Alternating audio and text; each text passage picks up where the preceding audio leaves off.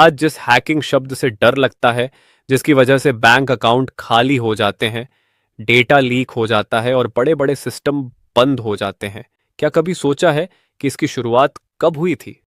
सबसे पहली हैकिंग आखिर थी क्या और किसने की थी? कहानी शुरू होती है साल 1903 से। जी हाँ, इंटरनेट तो दूर की बात थी। उस समय कंप्यूटर भी नहीं थे।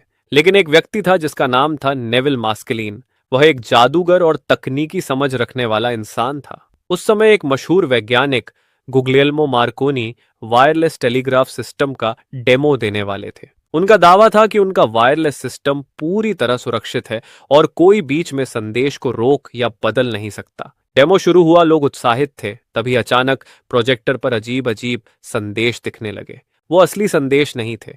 किसी ने बीच में ही सिग्नल को पकड़कर अपनी तरफ से मैसेज भेज दिया था। यह काम किया था नेविल मास्केलीन ने।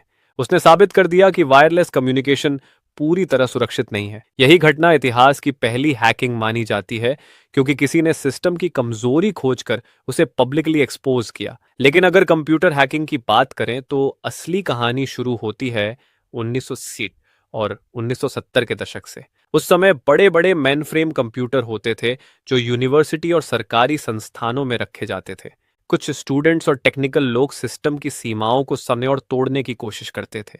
वे पासवर्ड बायपास करते, एक्सेस कंट्रोल को तोड़ते और यह देखते कि सिस्टम कहाँ कमजोर है। उस दौर में हैकिंग का मतलब अपराध नहीं था, बल्कि सिस्टम को गहराई से समझना था। फिर आया साल 1983। इस साल एक बड़ा मोड़ आया। केविन मिटनिक नाम का एक युवा हैकर पहली बार गिरफ्तार हुआ। उसने टेलीफोन नेटवर्क में घुसकर डेटा एक्सेस किया था। यहीं से हैकिंग शब्द को अपराध से जोड़ा जाने लगा। लेकिन उससे भी पहले 1988 में रॉबर्ट टैपन मॉरिस ने दुनिया का पहला बड़ा इंटरनेट वर्म बनाया। इसे मॉरिस वर्म कहा गया। यह गलती से इतना फैल गया कि हजारों कंप्यूटर ठप हो गए। यह इंटरनेट इतिहास का पहला बड़ा साइबर अटैक माना जाता है।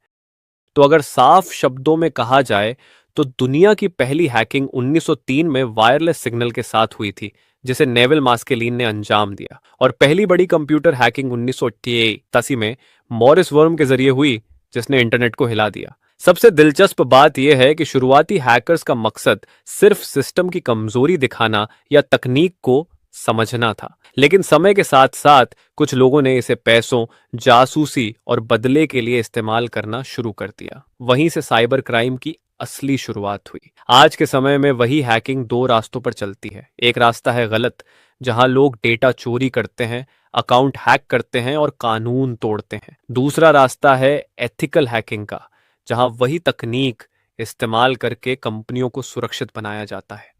सोचिए, अगर 1903 में वह डेमो हैक नहीं होता तो शायद लोग वायरलेस सिस्टम को पूरी तरह सुरक्षित मान लेते और कमजोरियां कभी सामने नहीं आती। कई बार किसी सिस्टम की कमजोरी उजागर होना ही उसकी सुरक्षा की शुरुआत बन जाता है। हैकिंग की कहानी डर की नहीं, समझ की कहानी है। फर्क सिर्फ इतना है कि उस समझ का इस्तेमाल किस दिशा में किया जाता है। यही फैसला तय करता है कि कोई इंसान अपराधी कहलाएगा या साइबर सिक्योरिटी एक्सपर्ट